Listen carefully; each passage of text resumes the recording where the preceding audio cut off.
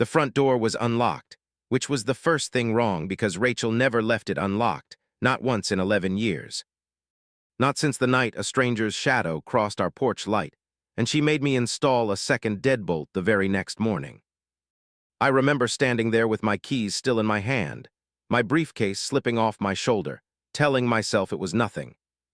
That she'd probably just run out to get the mail and forgotten to click the lock behind her. But some part of me, the part that had spent 17 years reading contracts for a living and learned to notice the sentence that didn't quite fit, already knew something was off before I even stepped inside. I called out for Lily first, the way I always did, because she was usually the one who came running with her socks half off and her drawing pad under her arm, wanting to show me whatever she'd made that day.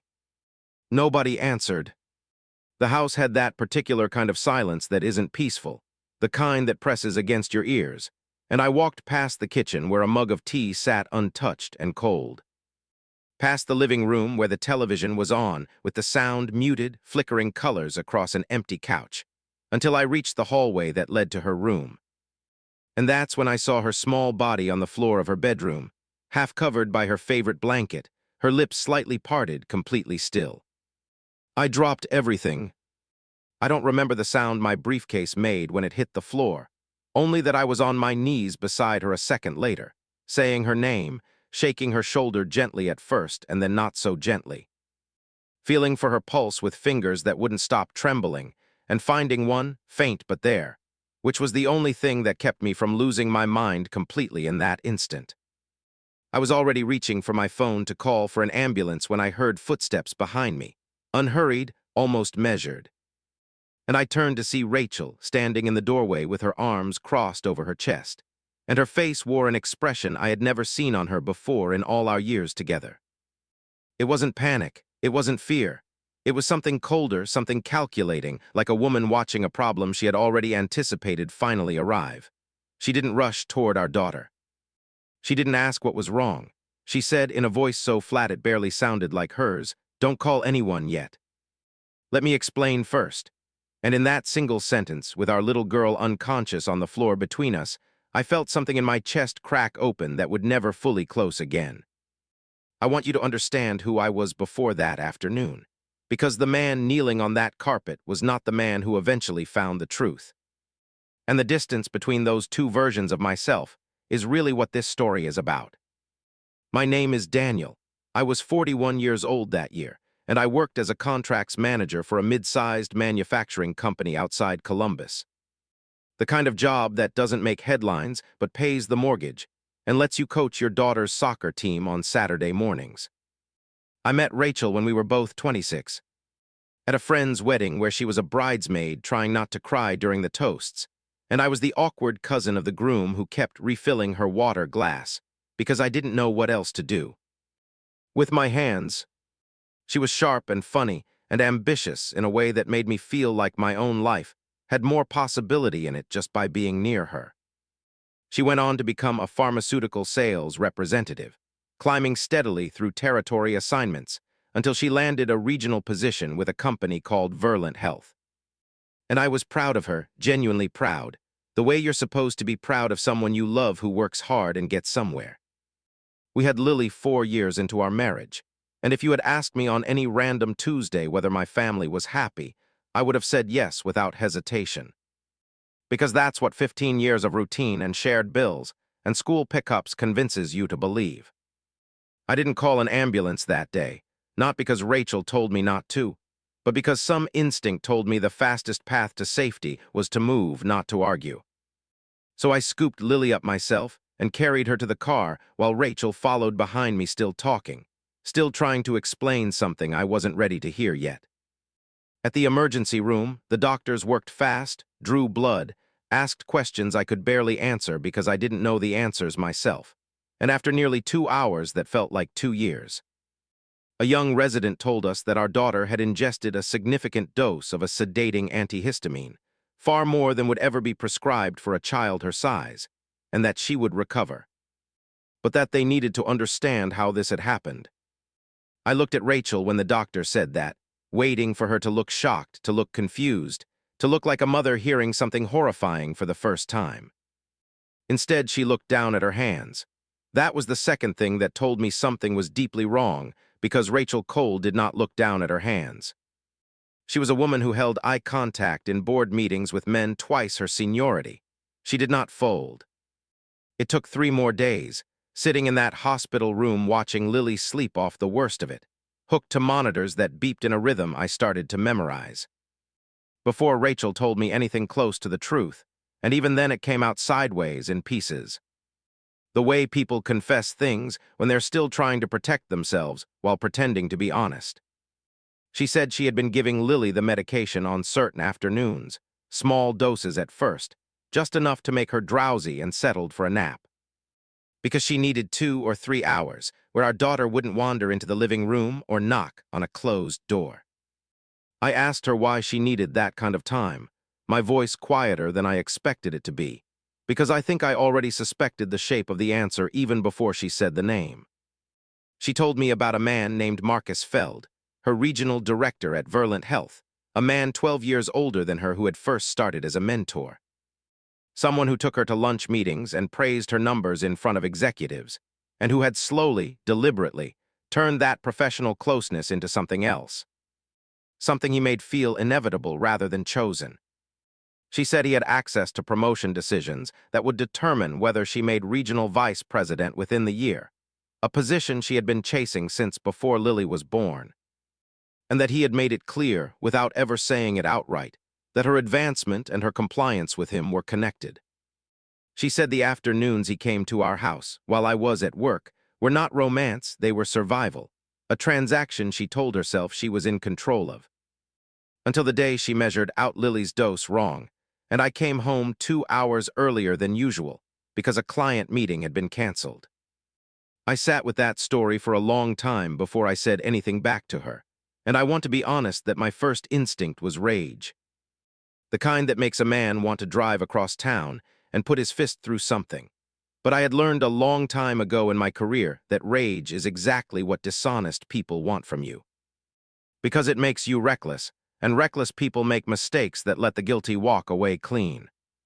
So instead of shouting, I asked her one question. I asked her how long. She said 8 months. 8 months of my daughter being quietly sedated in her own bedroom, so that her mother could keep a man happy who held her career over her head like a blade. And 8 months of me coming home to a wife who smiled at dinner and asked about my day, and never once let anything in her voice suggest that our entire family was being rearranged around a secret. I didn't yell, I didn't throw anything. I told her I needed some time, and I went and sat in my car in the hospital parking garage for 40 minutes. And that was the moment I decided, with a clarity that surprised even me, that I was not going to destroy myself chasing an emotional confrontation. I was going to find out everything, document everything, and make sure that when this was finally over, the people responsible would lose exactly what they had been unwilling to lose the honest way. The days that followed taught me things about my own wife that no amount of marriage counseling could have prepared me for. I am not a naturally suspicious man, but I am a careful one, and once I started looking, I couldn't stop finding threads to pull. I requested Lily's full pediatric records and discovered 3 prior visits over the past year for unexplained drowsiness, and 1 for a mild allergic reaction that Rachel had always explained away as seasonal. Visits I had been told about only in passing, always with an answer already attached, so I never thought to ask more. I checked our joint credit card statements and found recurring charges from a pharmacy across town, not our usual one, always in small amounts. Always paid in cash, reimbursed later through an account I didn't monitor closely, because I trusted the person managing it. I found a second phone, not hidden particularly well, tucked into the lining of an old gym bag in the garage. And on it were months of messages from Marcus that ranged from professionally worded encouragement to something far more possessive. Messages where he referenced her performance review in ways that made my stomach turn, messages where he talked about Lily by name, complaining that she made their time together difficult. Calling my 8-year-old daughter an inconvenience in a tone I will never forget as long as I live. I photographed every message. I made copies of every pharmacy record. I built a folder then a second folder, then a locked drive, because somewhere inside the wreckage of my marriage, I had found the one skill that still worked for me. The same skill that let me spot a bad clause buried on page 40 of a supplier contract. I read everything twice. I trusted nothing that wasn't written down. Rachel noticed I had gone quiet, and quiet unsettled her more than shouting ever would have, because shouting she could have managed. Shouting she could have turned into an argument about tone and fairness, the way people do when they want to shift blame onto how something was said instead of what was done. Silence gave her nothing to push against.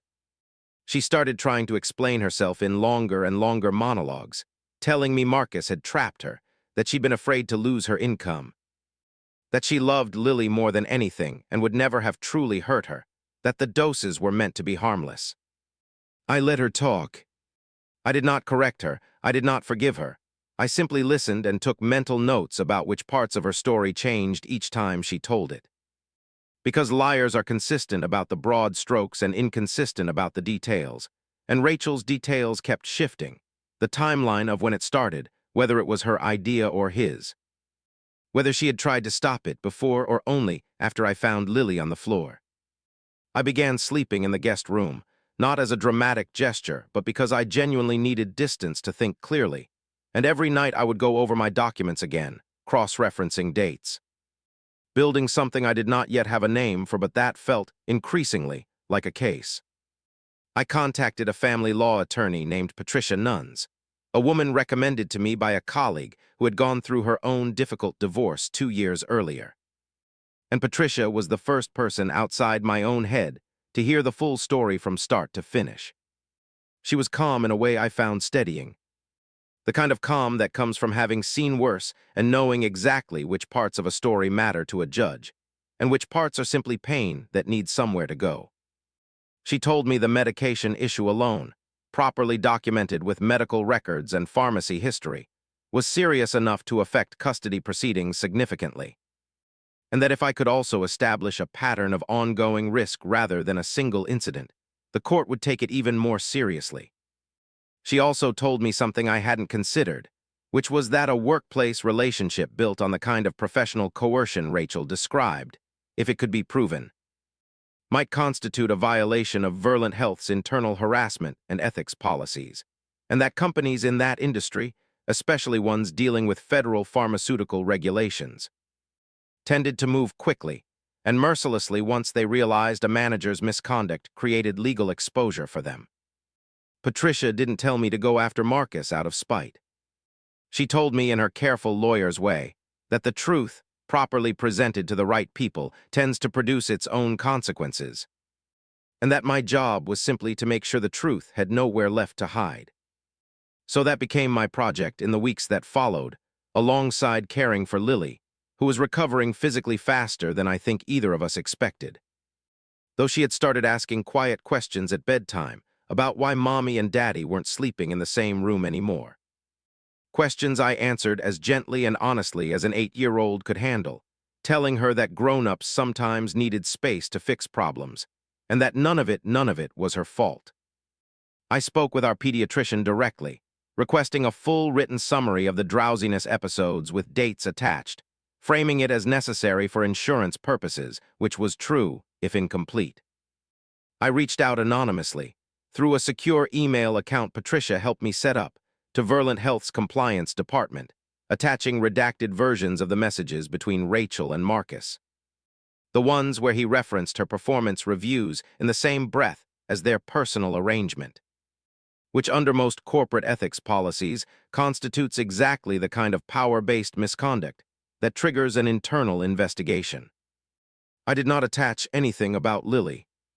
That part, I decided, belonged in family court, not in a corporate inbox, because I wasn't interested in humiliating my daughter's situation for strangers in HR to gossip about.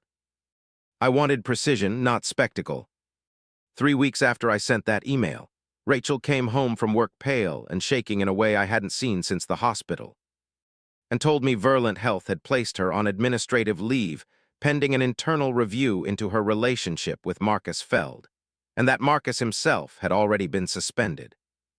She looked at me across the kitchen island, the same island where we'd made pancakes with Lily every Sunday for years, and asked, almost pleading, whether I had anything to do with it. I told her honestly that I had simply told the truth to people whose job it was to hear it. She didn't have a response to that, because there wasn't one that made her look better.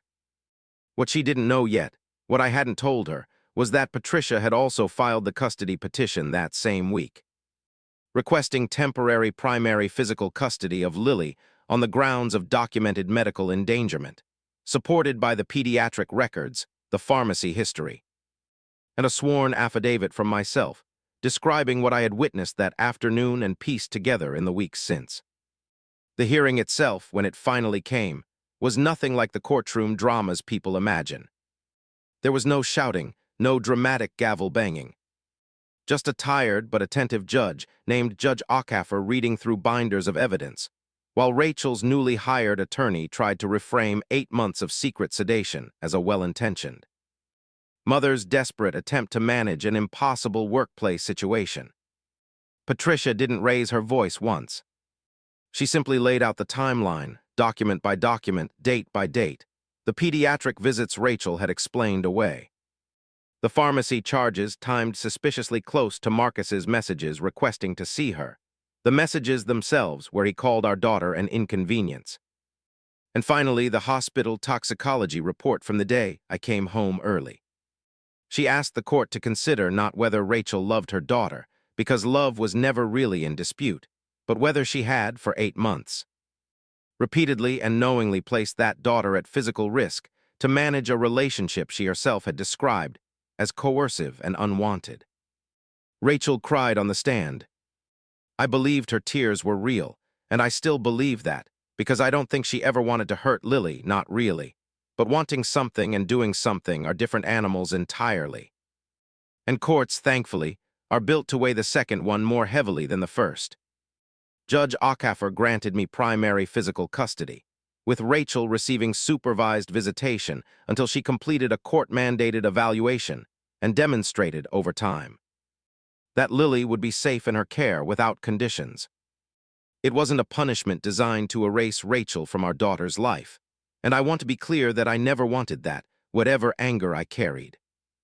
It was a structure built around one simple principle, which was that trust, once broken in a way that endangers a child, has to be rebuilt slowly and demonstrably, not simply declared healed because someone says they're sorry.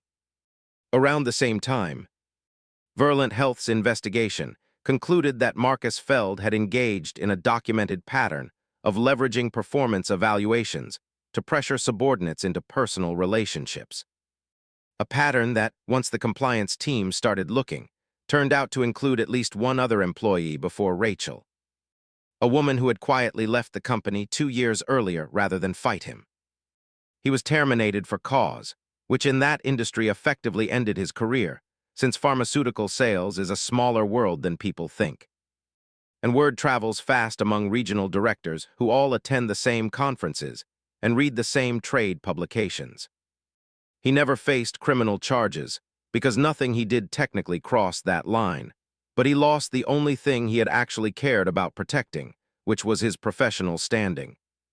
And I found a strange, quiet satisfaction in that, not the loud, victorious kind, but the kind that comes from watching a manipulative person lose their leverage entirely. With nothing left to threaten anyone with, Rachel moved into an apartment 15 minutes from our old house, and over the following year, she did the actual work the court asked of her. Therapy sessions I know about only because Lily mentions them sometimes. A parenting evaluation she passed on her second attempt after failing to be fully honest on her first, and a slow, supervised rebuilding of her relationship with our daughter that I chose not to sabotage, because whatever damage Rachel had done, I never believed punishing Lily by keeping her mother distant forever would heal anything. There's a particular kind of maturity that arrives only after your worst fears about someone are confirmed, and mine arrived somewhere in that first difficult year. The understanding that I could hold Rachel fully accountable for what she did, while still allowing Lily the chance to have a mother who was actively trying, in real and monitored ways, to become someone worth trusting again. I am not a saint about this. There are nights even now when I think about that man's messages, about my daughter's small unconscious body on that bedroom floor, and something in me still burns. But I learned, through those months of documentation and patience and quiet strategic pressure, that the burning doesn't have to control you. It can sit beside you while you do the steady, careful work instead. Lily is 10 now, and she plays soccer on the same team I once coached, though these days I mostly just show up to cheer from the sideline while a younger, more energetic coach runs the drills. She sees her mother 2 weekends a month and 1 weeknight dinner, an arrangement that has slowly expanded as trust has rebuilt itself brick by careful brick, and Rachel, to her credit, has never once complained about the pace of it, perhaps because some part of her understands exactly why the pace exists. Verlant Health, in the aftermath of the investigation, overhauled its internal reporting policies for exactly the kind of manager misconduct Marcus had exploited. A change that a compliance officer told Patricia, almost in passing, had been directly influenced by the specificity and documentation of the complaint I'd filed. I don't know if that makes me a hero to anyone else who might have been protected by that policy change, and honestly, I never set out to be one. I set out simply to protect my daughter, and to make sure that the people who had endangered her, quietly, deliberately, over 8 long months, would face consequences that were real rather than merely emotional. Some evenings, when Lily is asleep and the house is quiet in the way houses get after a hard day has finally ended, I think back to that afternoon I came home early, to the sight of her on the floor and the strange, cold calm on Rachel's face, and I understand now that the calm was fear wearing a mask. The fear of a woman who had built her entire sense of safety on a secret she knew, eventually, would come apart in her hands. It did come apart, and in its place, slower than I would have liked but steadier than I ever expected, something more honest has been growing ever since.